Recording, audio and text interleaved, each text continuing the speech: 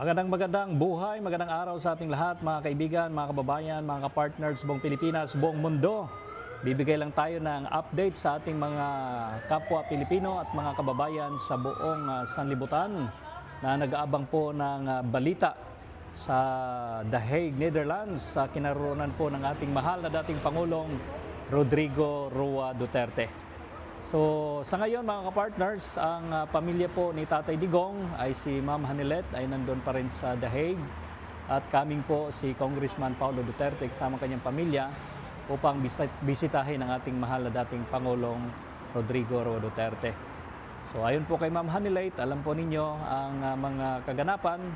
Si Tatay Digong ay nasa mabuting kalagayan at good health and high spirit mga partners. Ngunit siya po ay nasa matanda na, ika nga 80 years old. So hindi na po siya karapat-dapat na magstay sa detention facility sa The Hague mga kapartners. At kamakailan lang ay nag-submit po ang legal counsel po ng ating mahal na dating Pangulo, si Attorney Kaufman, ng urgent interim release mga kapartners para mapabilis ang pag-uwi ng ating mahal na dating Pangulong Rodrigo Roa Duterte.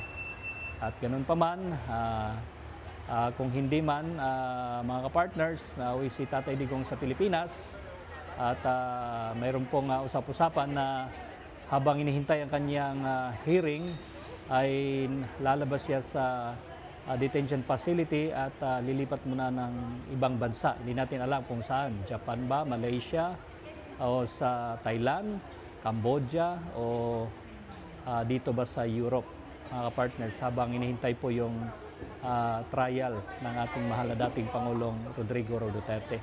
Pero alam po natin na si Tatay Digong ay talagang gusto nang umuwi sa ating sariling bansang Pilipinas mga partners. At inihintay na po siya ng ating mga kababayan lalo na sa Davao City sapagkat siya po ay nanalong alkalde ng Davao City at sana makaupo pa siya bilang mayor mga partners. So ngayon kita natin sa Duterte Street sa The Hague, dagsaan pa rin ang mga kababayan natin mga Pilipino galing sa iba't ibang panig ng mundo na pupunta doon, nagbigay ng moral support at laging sinisigaw na Tatay Digong, bring him home. Yun po ang laging sigaw ng ating mga kababayan, hindi lang sa The Hague kundi sa buong sanlibutan, na sana si Tatay Digong ay makauwi na sa ating sariling bansang Pilipinas. So hintayin na natin ang resulta. Abangan natin ang resulta mga partners mula sa ICC sa urgent interim release na ipinasa o isinadmit ng legal counsel ng ating mahal na dating Pangulong Rodrigo Roa Duterte. So kaya mga partners, walang iwanan. Hindi tayo susuko hanggang sa dulo. Tuloy pa rin ang suporta at pagmamahal natin sa ating sariling bansa at sa pamilyang Duterte sapagkat alam natin na sa kanila natin naramdaman ang tunay na pag-unlad, pagbabago, ang seguridad, ng ating bansa, mga partners. At inaasahan natin na magtuloy-tuloy na sapagkat mayroon ng pattern of leadership. Kaya lang hindi natuloy dahil sa political harassment at political na issue o gustong manatili sa kapangyarihan yung nakaupo ngayon mga partners.